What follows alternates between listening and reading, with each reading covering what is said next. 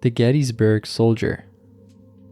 So, in the 1960s, a woman who posted her story on the forum Your Ghost Stories recalled a school trip from her youth, one that has since never really left her memory.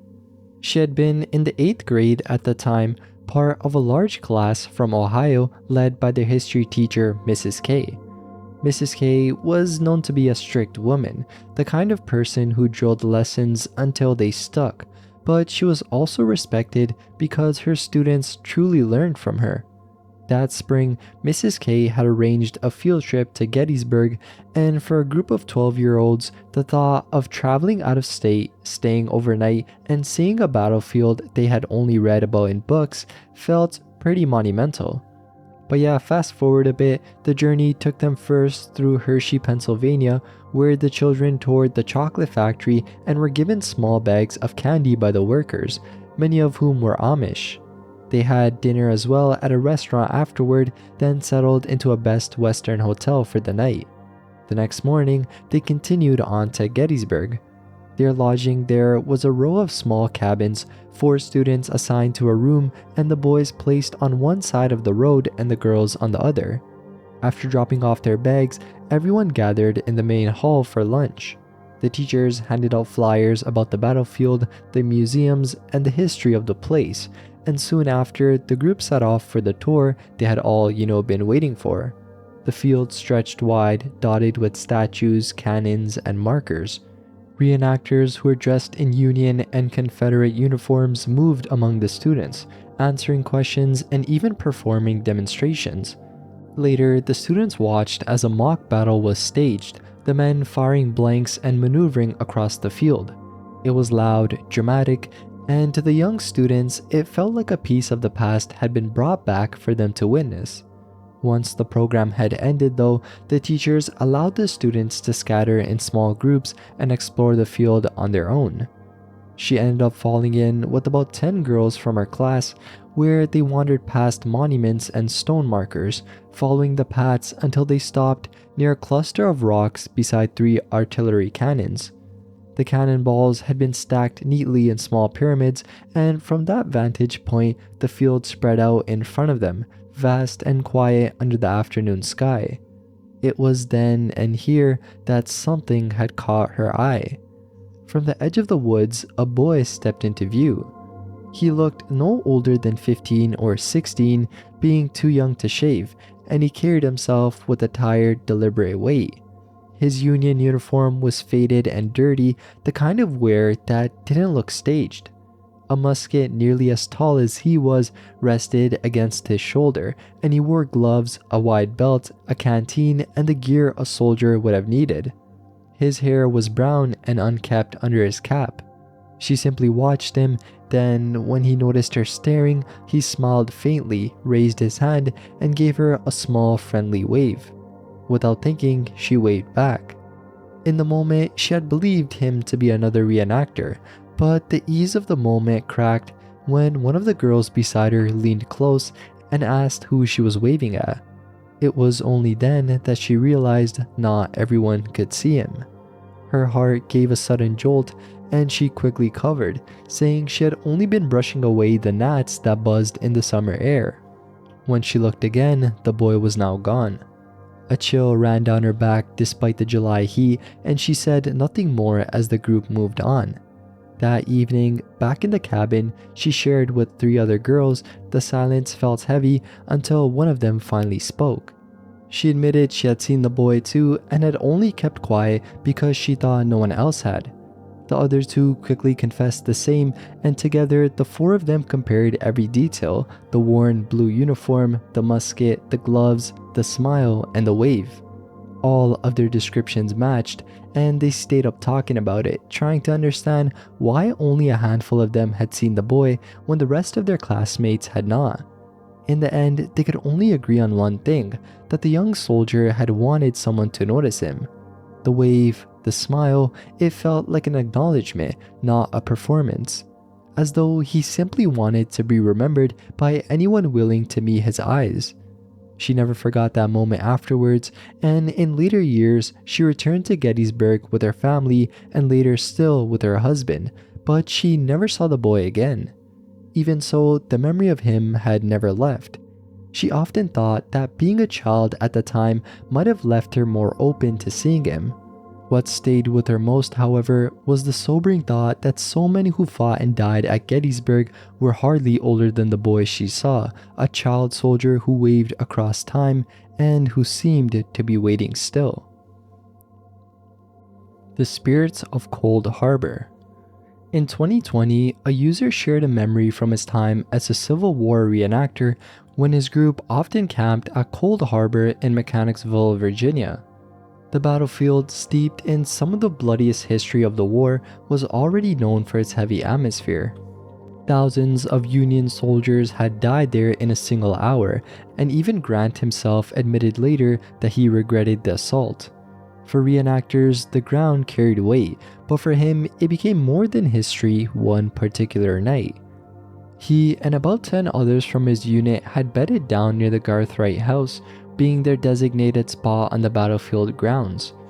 It was a full moon with the air kinda chilly, and after a while he drifted into sleep but woke sometime later to an odd sound, the sharp metallic clank of tin, like a cup knocking against the canteen or the buckle of a haversack. At first he thought little of it, but the noise persisted, steady and close. Since he needed to relieve himself anyway, he decided to follow the sound and see what was actually causing it. Walking along the gravel path about 40 feet from camp, the sound grew louder until he noticed a faint glow ahead. There appeared to be a small campfire burning, and around it sat 2 men.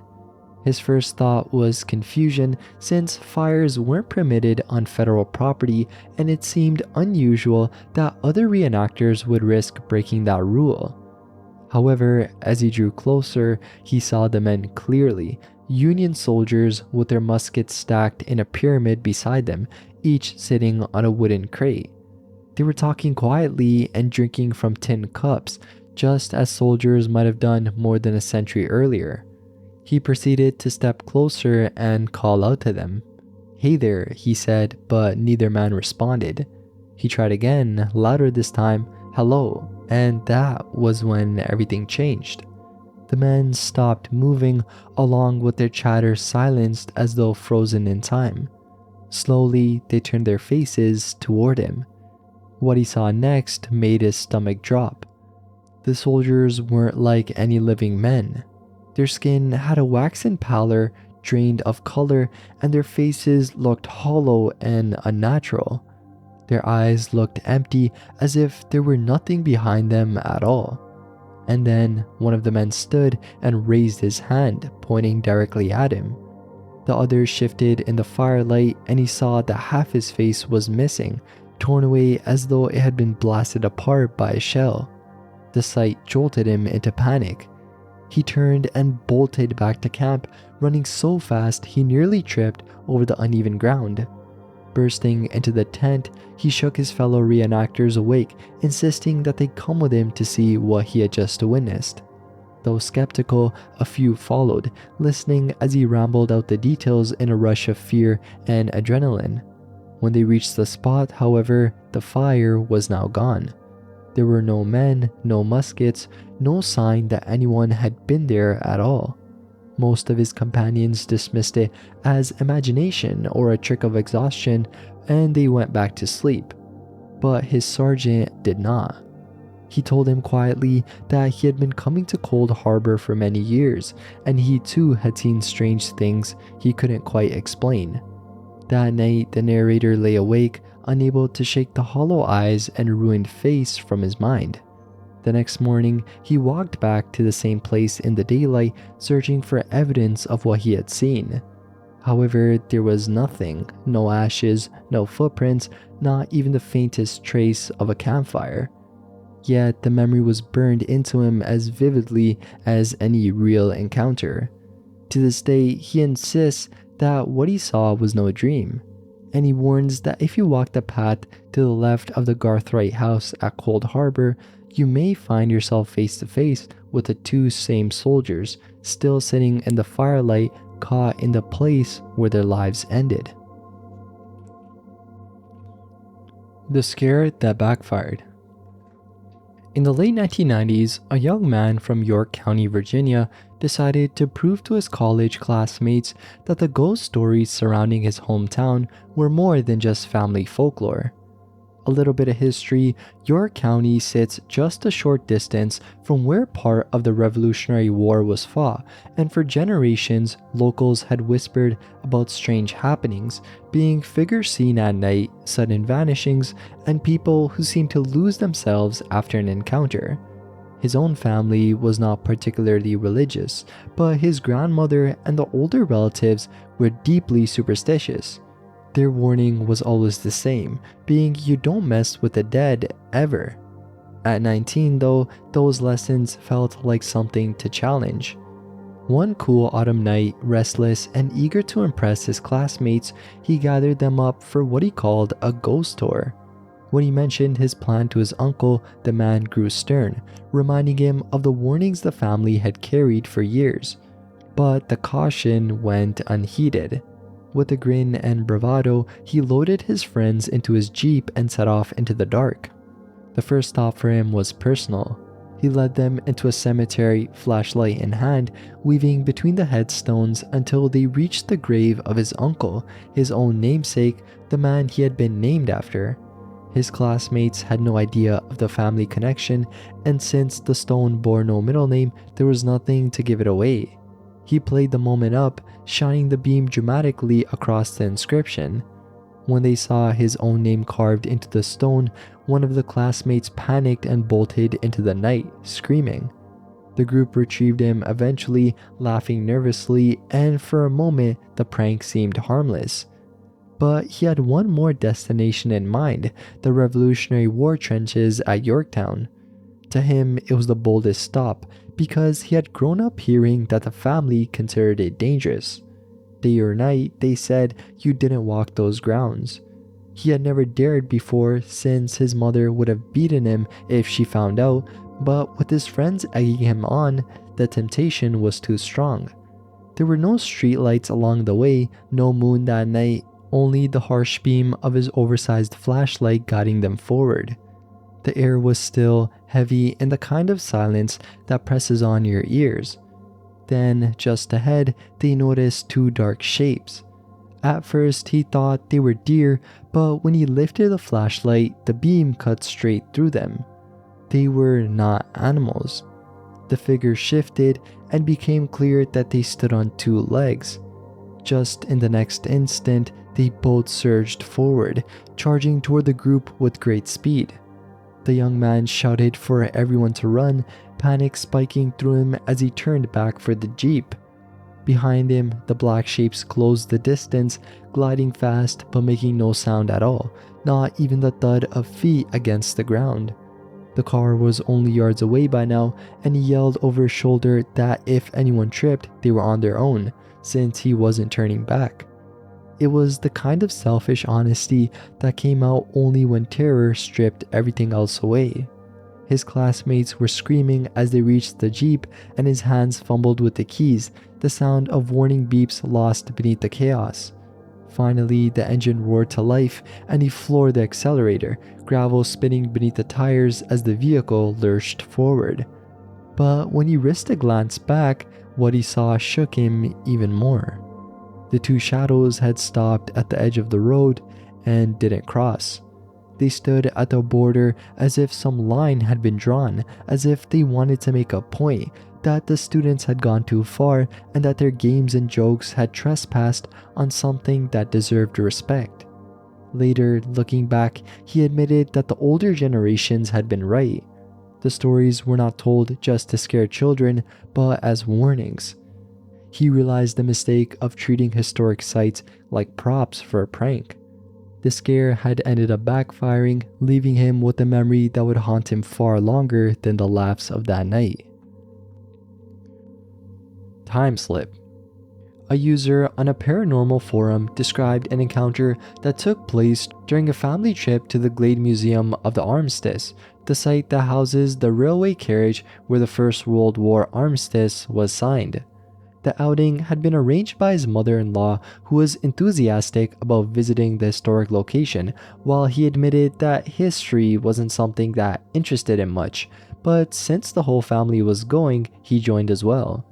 At the entrance to the grounds, there was a wide square with a large statue and several smaller reconstructions, and while his mother-in-law lingered to take photographs, he and his half-sister, who was close to him in age, wandered off into a nearby garden.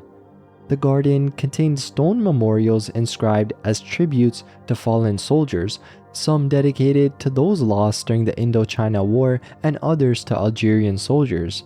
They looked around for a short while before returning to the group to begin the tour inside the museum.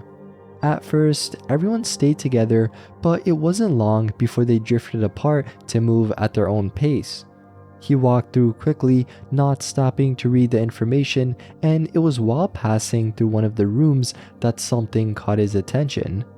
Positioned in the exhibit were mannequins dressed in uniform, one representing a French soldier and the other Algerian, and the display struck him more deeply than he would have expected, since unlike photographs or written descriptions, the sight of the uniforms on full figures felt far more immediate and real, and soon after he had finished the circuit before the others and stepped outside alone. As he crossed the doorway though, a sudden ringing filled his ears and then fell away into complete silence. The museum grounds looked the same, but there was an unfamiliar quality to them, as if he were standing in the same place but in a different time. Because the museum's entrance and exit were close to each other, he found himself once again near the garden he and his half-sister had explored earlier, and when he turned his gaze toward it, he froze. A man was crouched before the stele that honored Algerian soldiers, dressed in the exact same uniform as the Algerian mannequin he had seen inside. The figure never looked at him or acknowledged his presence. His head was bent slightly forward, with his gaze locked on the inscription carved into the stone, and the uniform was identical in every detail to the one from the exhibit. For a moment, it felt as if the mannequin from inside had somehow stepped out into the garden and taken a living form.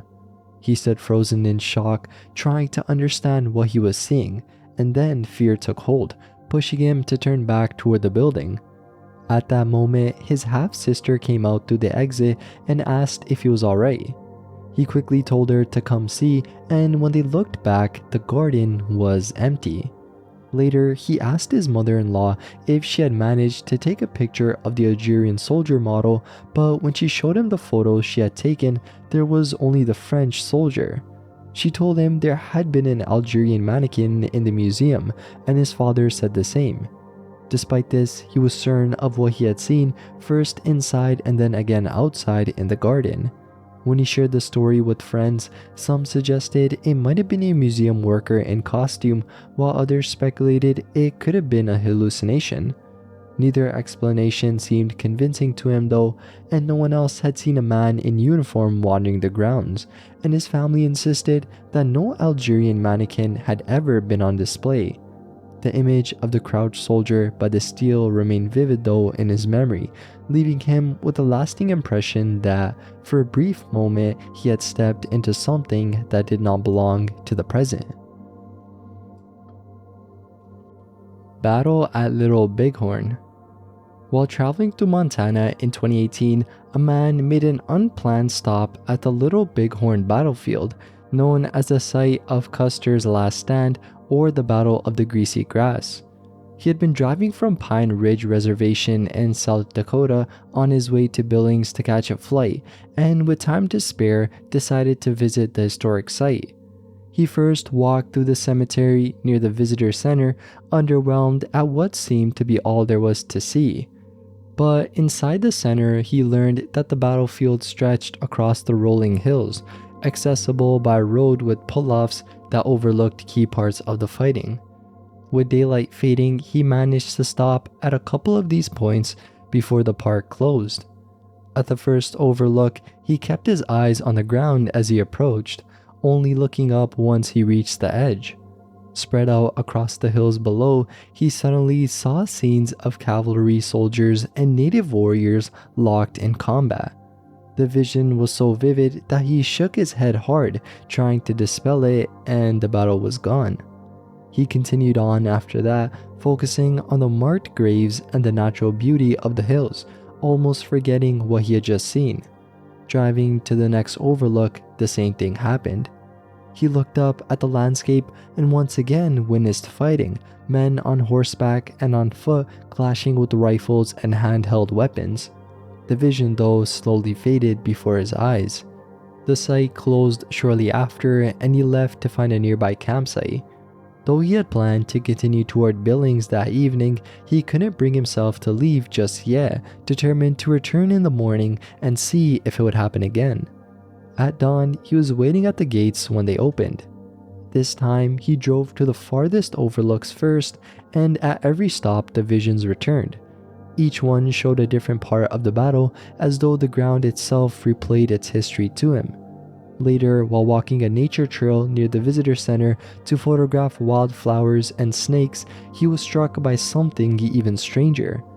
About halfway down the path, he suddenly felt as though he had walked into a wall. He couldn't move forward, gripped by the sense that the land beneath his feet was filled with bodies.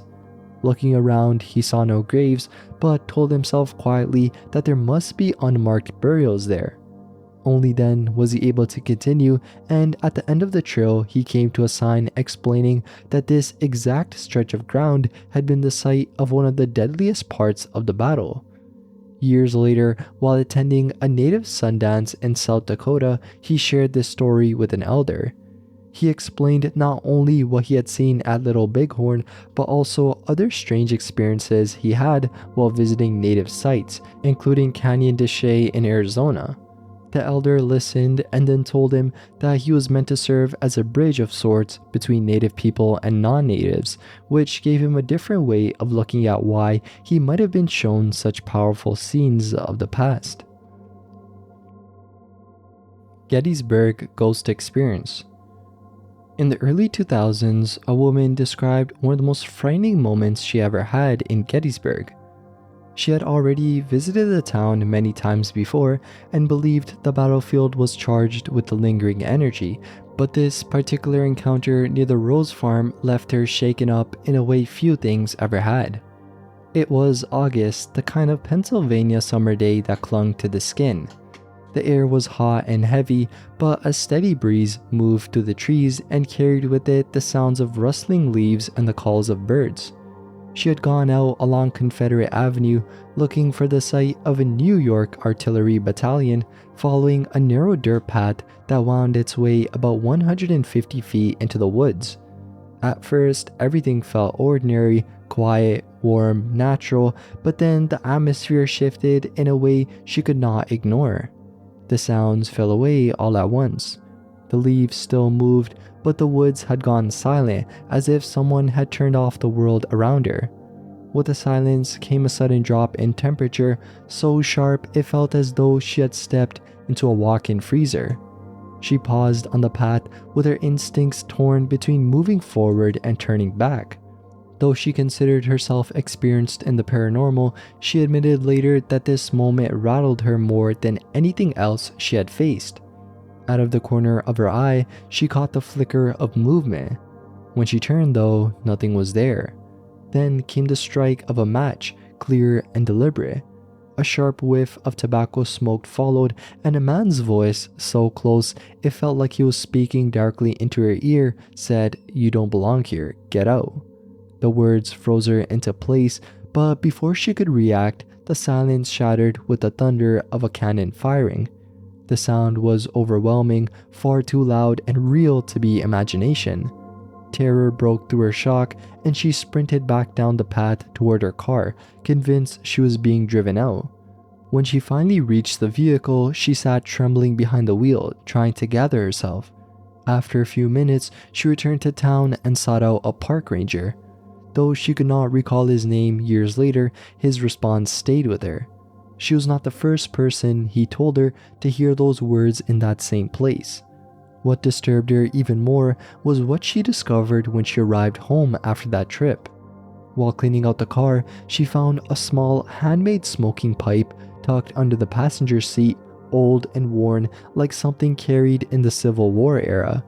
She had no explanation though for how it had gotten there. 2 years later, in 2008, she returned to Gettysburg with a friend. Wanting to test whether her first experience had been unique to her, she led them back to the Rose farm.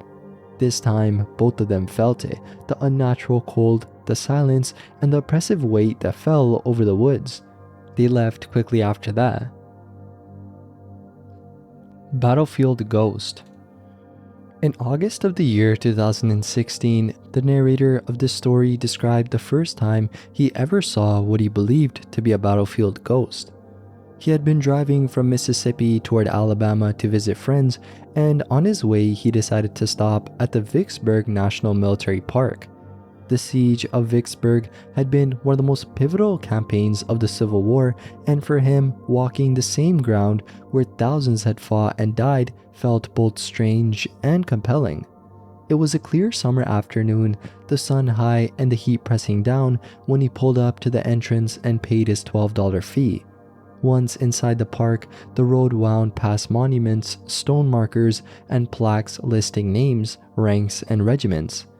Each stretch of the drive reminded him that he was moving through the old Union lines. He slowed often, pulling to the side to take pictures, stepping out of his car to better take in the view. One stop brought him to a section of ground that had once been held by Illinois troops. A cannon stood there, aimed toward the Confederate positions beyond a thicket of brush. He then switched on his camera and raised his eyes toward the line of trees. That was when he froze. Just a few yards to his right stood a Union soldier. The figure wore a dark blue coat and carried a rifle across his shoulder, but his outline shimmered faintly as though the heat itself had taken human shape. He looked solid and yet not, because the trees could be seen right through him.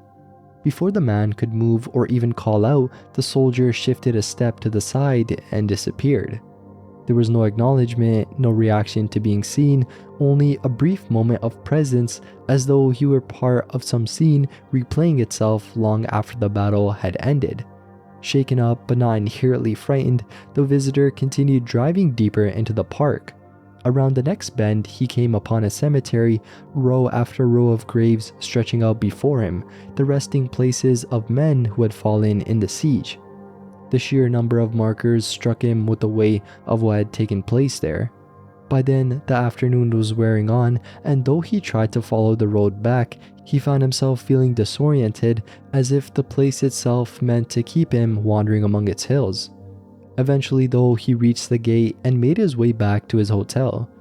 That night, unable to get online, he dictated what had happened into his phone so he would not lose any detail. It was, he noted, the first time he had ever seen a ghost tied to a battlefield, and in his mind it had all the qualities of a residual haunting, an echo of a soldier still marching the lines at Vicksburg, locked into the ground where he had once stood guard. Army Basic Training Ghost Encounter. In January of 2017, during basic training at Fort Sill, Oklahoma, one recruit began to notice things in the barracks that never quite made sense, experiences that would become harder to ignore as the weeks went on. Their platoon had around 50 people, and every night 10 of them were assigned fire guard duty, split into pairs who stayed awake for an hour at a time. One would remain at the desk by the entrance while the other was expected to clean, which often meant scrubbing and sweeping the latrine. It was during the second week that something strange first happened. While cleaning the latrine alone, he felt the familiar sensation of being watched, something that had disturbed him before but never strongly enough to stop him from finishing the task. As he walked toward the small closet where the brooms and mops were stored, the overhead light in the closet flicked on without warning. There was no motion sensor, only a switch, and the sudden glow froze him in place. For a few seconds, he stood still, then rushed inside, dropped off the mop, and ran out. The next several times he was given latrine duty, the unease was still there, the sense that he wasn't alone, but the job always had to be done. By the fourth week, the soldiers had all grown close enough that they began to share what they had been experiencing, and word spread quickly that he wasn't the only one. One man admitted that while roaming the halls at night, he had seen a shadowy figure step out of the latrine, walk directly toward him, and then dissolve into nothing. Another said that while he was cleaning, he heard noises from the other side of the latrine as though someone else was moving around just out of sight. A different soldier claimed he had heard voices inside. The most disturbing stories, however, came from a man named Hunt, whose bunk was positioned directly beside the latrine door. He told the others that on more than one occasion he had woken up to a dark figure hovering above his bed. The first time it happened, he screamed loudly enough to wake people in the room, and when it continued to happen afterward, he admitted that he was starting to lose his mind. Hunt grew so terrified that he refused to use the latrine after hours, unable to even walk in to flip the lights on. The recruit's most terrifying moment, though, came during the day when he and a friend ran into the latrine together for a quick break. As they flipped the light switch, both of them saw a figure inside, a tall black shape standing 6 feet in height. The moment the light filled the room, the figure dissolved before their eyes though, but the fact that they both saw it made the event harder to dismiss. By the 9th week of training, the end was in sight and the drill sergeants had begun to ease up, speaking to the recruits more openly and even answering questions. Someone asked about the barracks being haunted and one of the sergeants didn't brush it aside. She admitted that they weren't the first platoon to bring it up and went on to say she believed there was something like a portal in the building. Soldiers had taken their own lives there in the past, she said, and she believed that their spirits lingered, but she also made it clear she didn't care much since she wasn't the one who had to live there. The last week was filled with uneasy nights, with the recruits lying in bed with the weight of those stories pressing on them, remembering the dark figures, the strange noises, and the lingering sense of being watched. Whether or not others believed them, those who trained in that building carried with them the memory of a place that felt as though it still belonged to the dead as much as the living. Ghost of an Old Soldier. During a military training exercise in the middle of the United Kingdom, an unusual event was reported by a Reddit user at a place known as Swinnerton. The site itself has a long history, once serving as an active installation during the Second World War. It functioned as an ammunition storage and distribution center as well as an active camp for soldiers. After the war, the base was abandoned, leaving behind crumbling buildings, scattered roads, fields, rail lines, and even a disused nuclear-proof bunker. With little development nearby and no artificial lighting, the area remains remote and eerie, especially after dark. The mix of decaying structures and thick woodland creates a pretty scary atmosphere, which became the backdrop for the encounter. The group of soldiers had been assigned the role of enemy forces in the exercise. Their patrol took them down a narrow woodland track late at night where the darkness became nearly impossible to navigate. At one point, visibility was so poor that it was difficult to see hands directly in front of the face. To adapt, the men closed their spacing from several meters apart to just a couple, keeping close as they moved deeper into the blackness.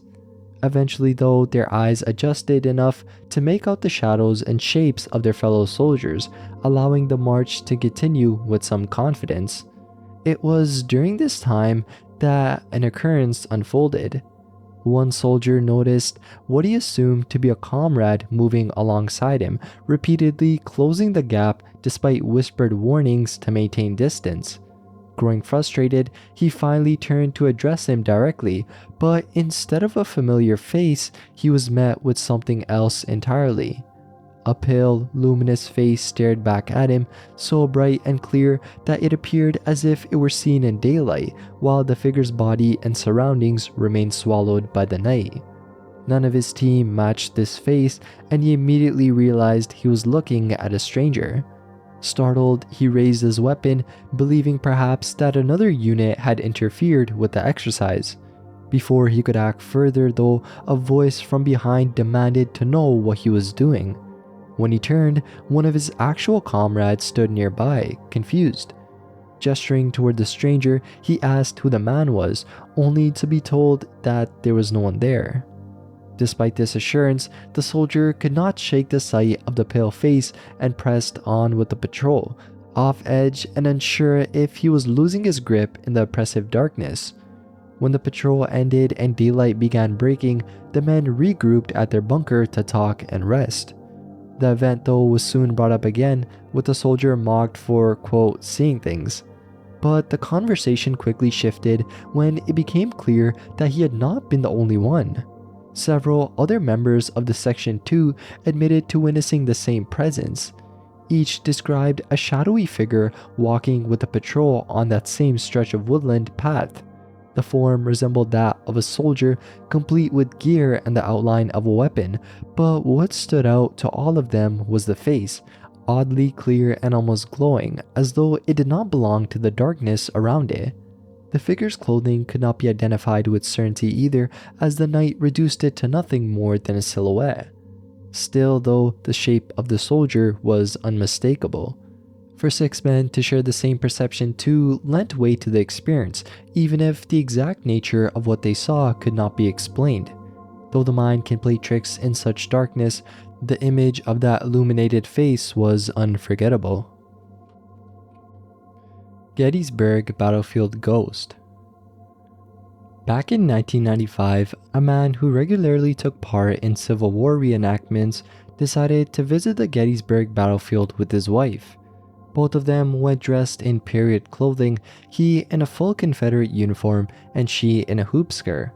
Since he owned both Union and Confederate gear, he had chosen that day to wear the uniform of the 4th Texas. They then made their way to Little Round Top, arriving just as the sun was beginning to set, and he later admitted that he had purposely kept the Confederate uniform on to see if it might stir up any kind of response. As they climbed the hill, the first strange sign came in the form of a smell. It was the sharp, sulfuric scent of rotten eggs, unmistakably similar to the lingering odor of gunpowder after a volley of musket fire. The air grew heavier as they pushed on, carrying a sense of dread that wasn't there before. Despite the fact that this was July in Pennsylvania and the day had been really hot, a chill ran down his spine as if the environment itself had shifted. By the time they reached the top, the atmosphere felt hostile, as though the space was occupied by an unseen presence that wasn't pleased by their arrival. He called out into the stillness, asking if anyone was there and what they thought of a Confederate soldier standing on Little Round Top. The question had barely lifted his lips when his wife reacted sharply. She had been poked hard on the shoulder, though no one was near her. Almost at the same moment, he felt an icy cold spot sweep over him, convincing him that something else was indeed close by. Neither of them doubted that they were not alone. What followed only reinforced that belief. From the trees came the sound of men moving, the distinct rhythm of footsteps as if a group were advancing through the woods. The sense of being watched intensified as he quickly spoke aloud that he meant no disrespect. He explained that they were only visiting, thanked those unseen presences for their sacrifice, and decided it was time to leave. As they made their way back down the hill, they were not left alone. The sound of footsteps followed them, keeping pace just out of sight until they reached the road and walked to their truck. Only then did the noise fade. Looking back on it, he felt certain that the spirits who lingered there were still locked in their internal struggle, and that his appearance in Confederate gray on Union-held ground had provoked them. Though the whole thing was pretty disturbing, he considered it one of the most unforgettable experiences he had ever had.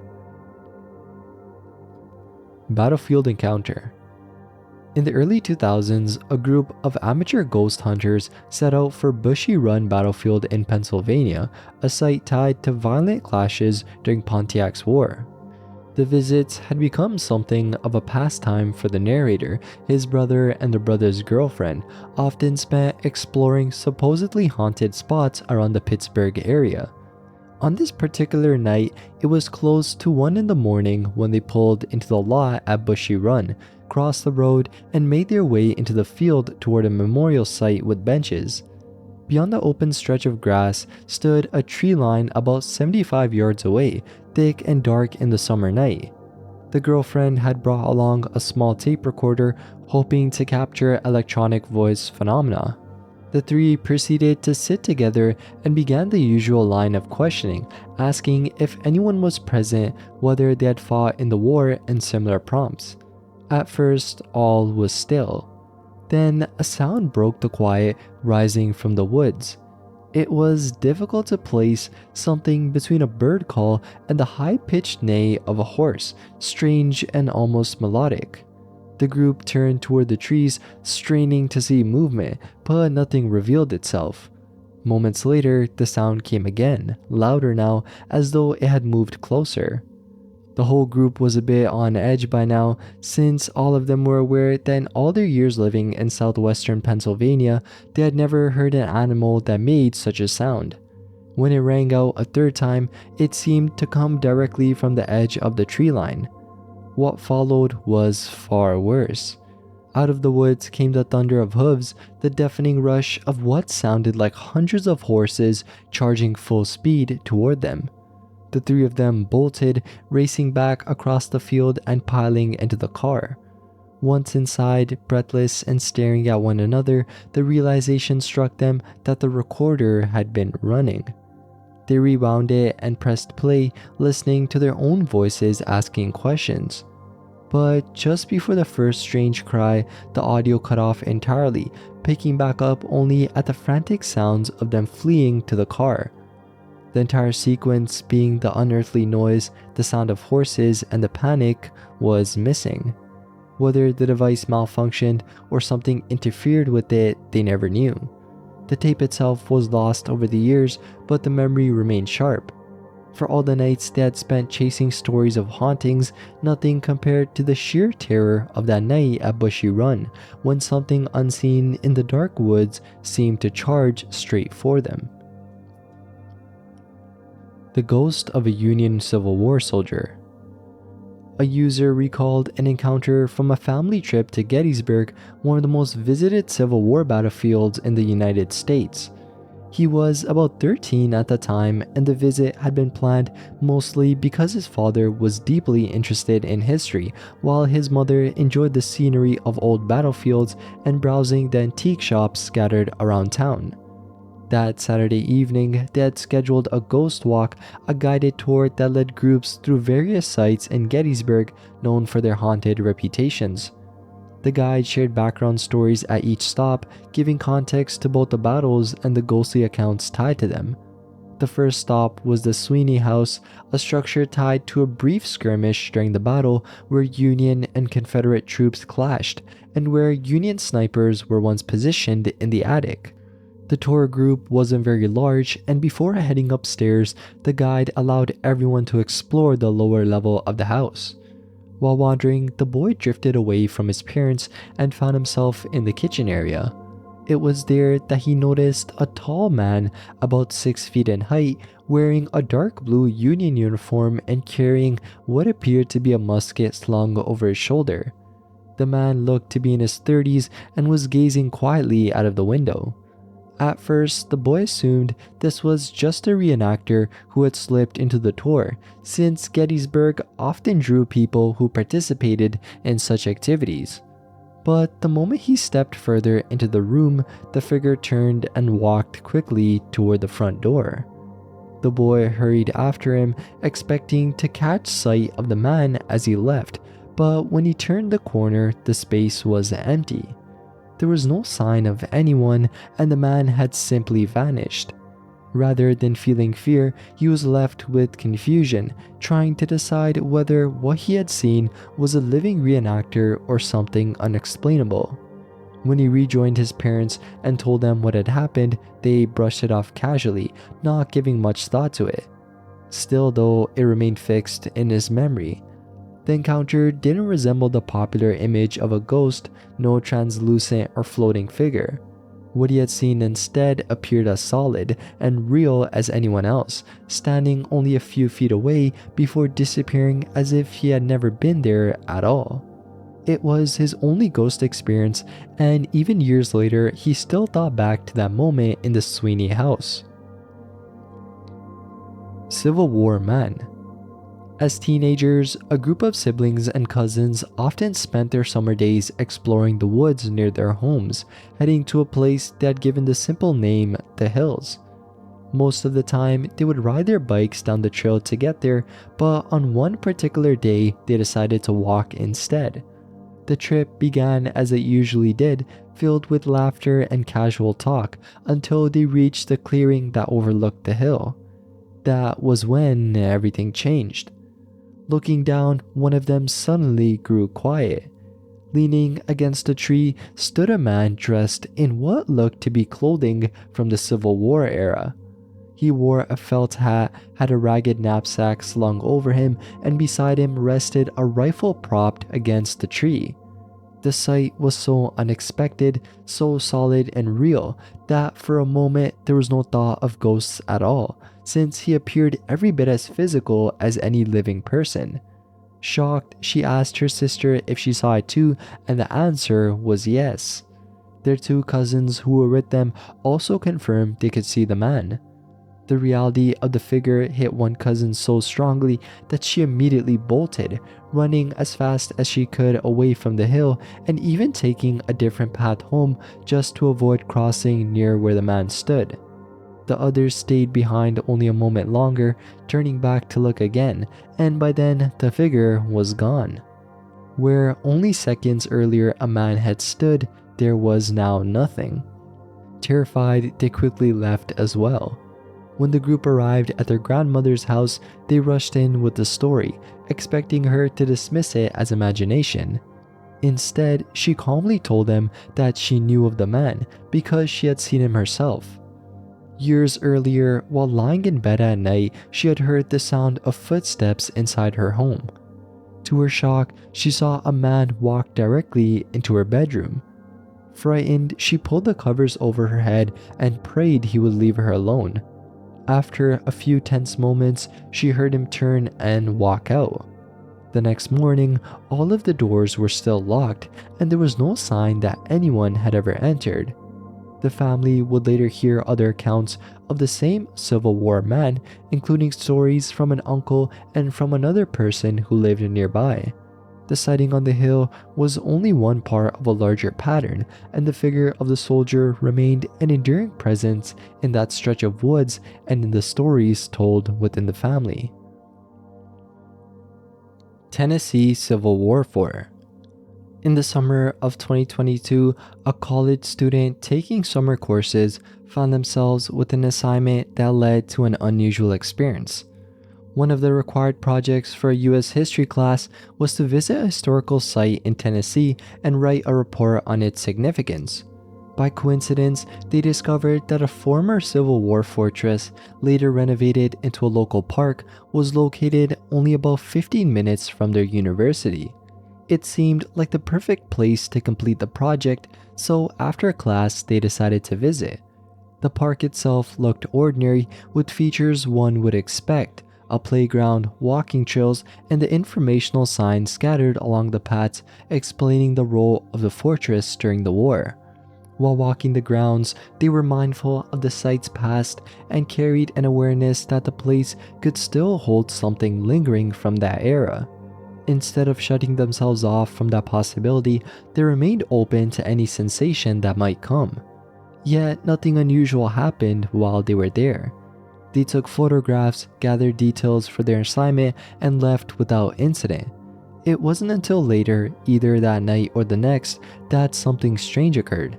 While lying in bed trying to fall asleep, a name suddenly appeared in their mind, unprompted and unfamiliar.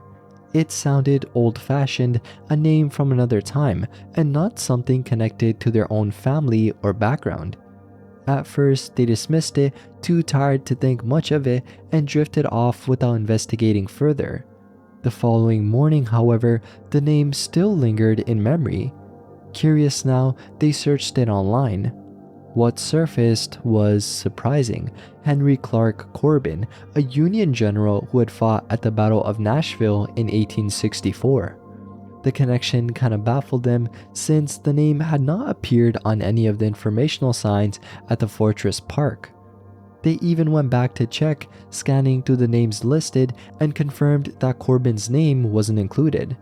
Because of that, they began to wonder if the name had come from a different source altogether, perhaps from a spirit trying to make itself known. Whether it had been General Corbin himself or someone once under his command reaching out, the experience felt more like a direct connection to the site's past than any random coincidence. When they later shared the story with their professor, she reacted with genuine interest, saying she wished she could have such an encounter herself. For the student though, who already had a love of history, the event added a personal and eerie dimension to an otherwise ordinary class project. Instead of being a frightening ordeal, it became a memorable experience, as if the long-dead general had simply wanted his name remembered. Ghosts of the Somme. In the late 2000s, a young woman recalled a school trip that had left her with memories she could never quite shake. The trip had taken her class to Belgium near the French border to walk the battlefields of the First World War. They ended up staying in a youth hostel, the kind of simple place meant to house large groups of students, and on the first night, she shared a room with some of her closest friends. She remembered how, while her friends complained the room was too warm, she lay under the blankets feeling chilled. The strangeness of it stayed with her as she drifted to sleep, but it was what happened in the middle of the night that disturbed her the most. Around 3 in the morning, she woke to the unmistakable sound of battle raging outside. The air seemed alive with noise, being rifle fire cracking, cannon blasts thundering, and explosions shaking the earth. Mixed into the chaos were voices, men screaming and others crying. For a moment, she thought a television must have been left on somewhere, but there was nothing that could have been that loud. She lay stiff in her bed, terrified, until the sound stopped as suddenly as they had begun, leaving only silence and her pounding heart. The next morning, the group traveled to Ypres. She had a personal reason for being there since she wanted to find the grave of her great-uncle, a soldier of the King's Royal Rifle Corps who had been killed in the Third Battle of Ypres. At the Ypres Reservoir Cemetery, she finally stood before his headstone. Overcome with emotion, she wept, feeling guilty that all she had to give him was a single paper poppy. In that moment of grief, something unexpected happened. She felt warmth surround her, as if an unseen presence wrapped gently around her shoulders. The sensation calmed her, easing her tears and replacing sorrow with a strange sense of comfort. It was a feeling she could only describe as familiar, though she could not say why. Afterward, the class continued their tour, moving from site to site, the Menin Gate, past Chandelay, places whose names carried the weight of history. Yet at each stop, she felt the same presence trailing her, always close by. She found herself distracted, glancing behind her often, and one of her friends even asked why she kept looking over her shoulder. That night in the hostel, the feeling still lingered. Nothing disturbed her sleep, but when she woke in the early morning, she thought she saw the outline of a figure standing beside one of the beds. No one admitted to being up at that hour, and she kept the sight to herself. By the third day, she could no longer hold it in. On the bus ride to the Canadian trenches, she confided in one of her friends from another dorm, the only person in her group who shared her beliefs in the paranormal. She told him about the battlefield sounds, about the comforting presence at her uncle's grave, and about the shadow she had seen in the hostel. He listened without judgment, and when the class arrived at the trench system, he stayed at her side. The trenches were nothing like the ones pictured in books. Rain had left them muddy and slick, but their walls still rose high enough to cover a person's head. As the rest of the class moved ahead, she and her friend lingered at the back. He snapped pictures while they walked, capturing the drizzle and the dim light. That was when she noticed something behind him. At first, it looked like a blur taking shape in the mist, but slowly it became a man. Step by step, he came into focus, a soldier, pale and battered, wearing the uniform of the Great War. As he drew closer, the damage to him became horrifyingly clear. Nearly all of his right arm was gone, torn apart as if by a shell. She froze, terrified, until her friend noticed her expression and turned. His face drained of color, and she realized he saw the man too. For a moment, the three of them stood caught in the same space, the living and the dead staring at one another, until fear broke her paralysis and she bolted, with her friend running at her heels. They never spoke of it ever again. Even so, she knew what she had seen, and the knowledge that her friend had witnessed it too kept her from dismissing it as imagination.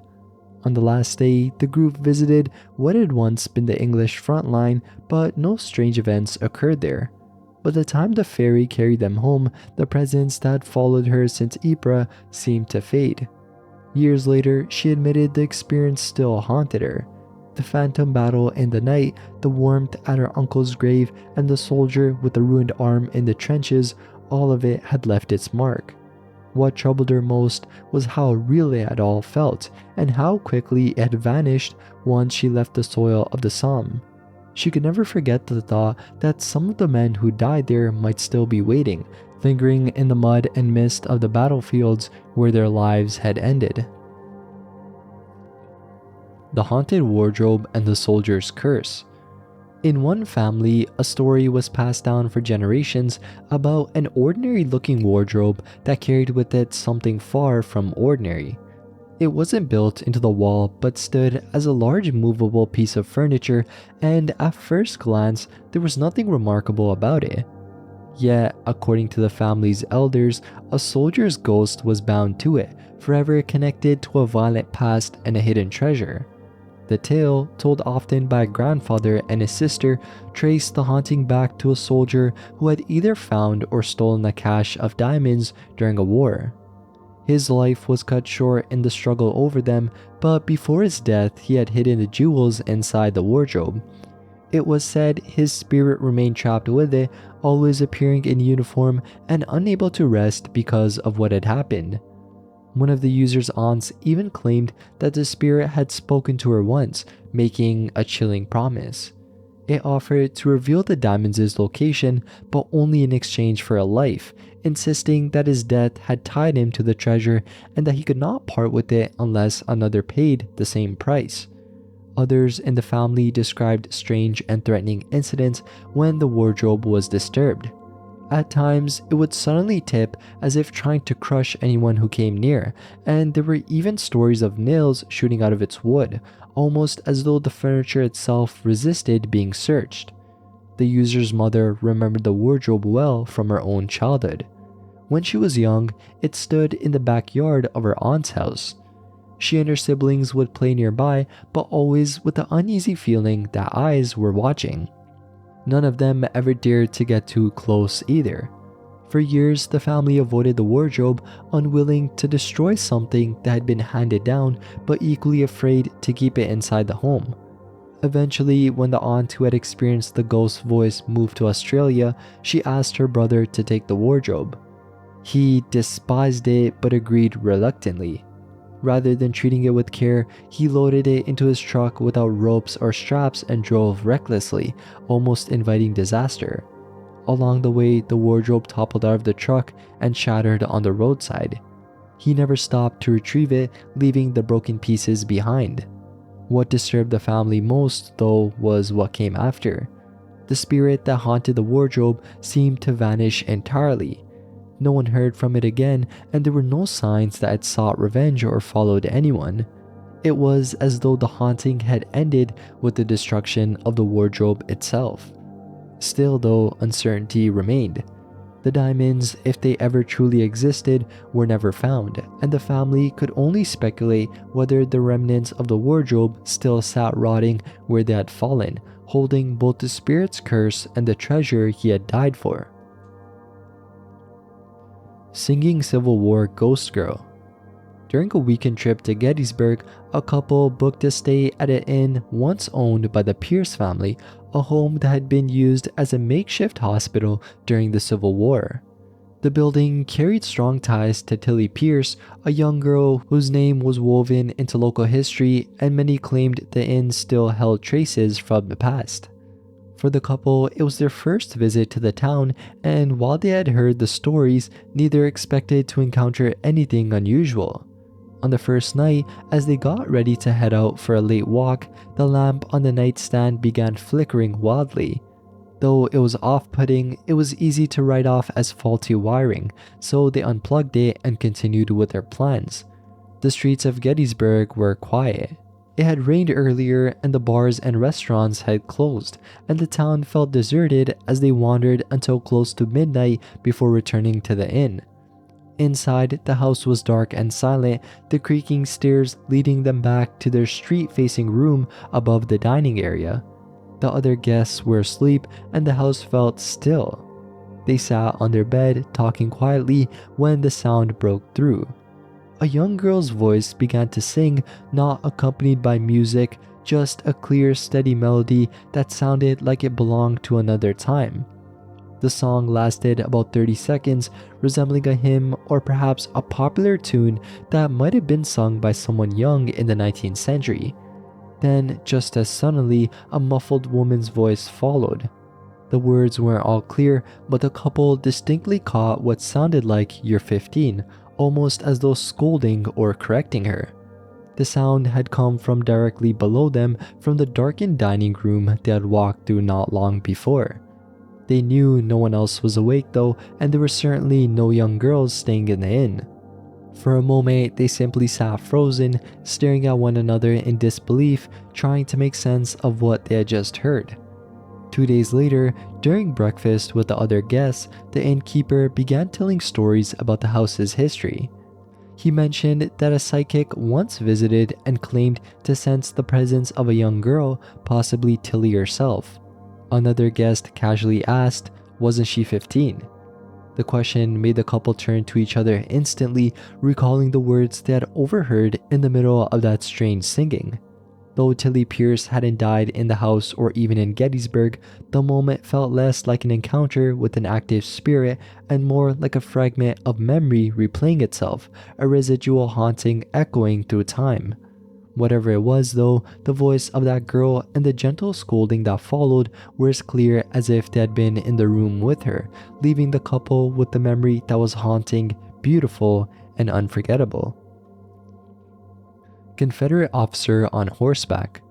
In the fall of 1988, while driving through the back roads of Fauquier County, Virginia, a man had an encounter that stood out even in a region where Civil War history is part of the landscape.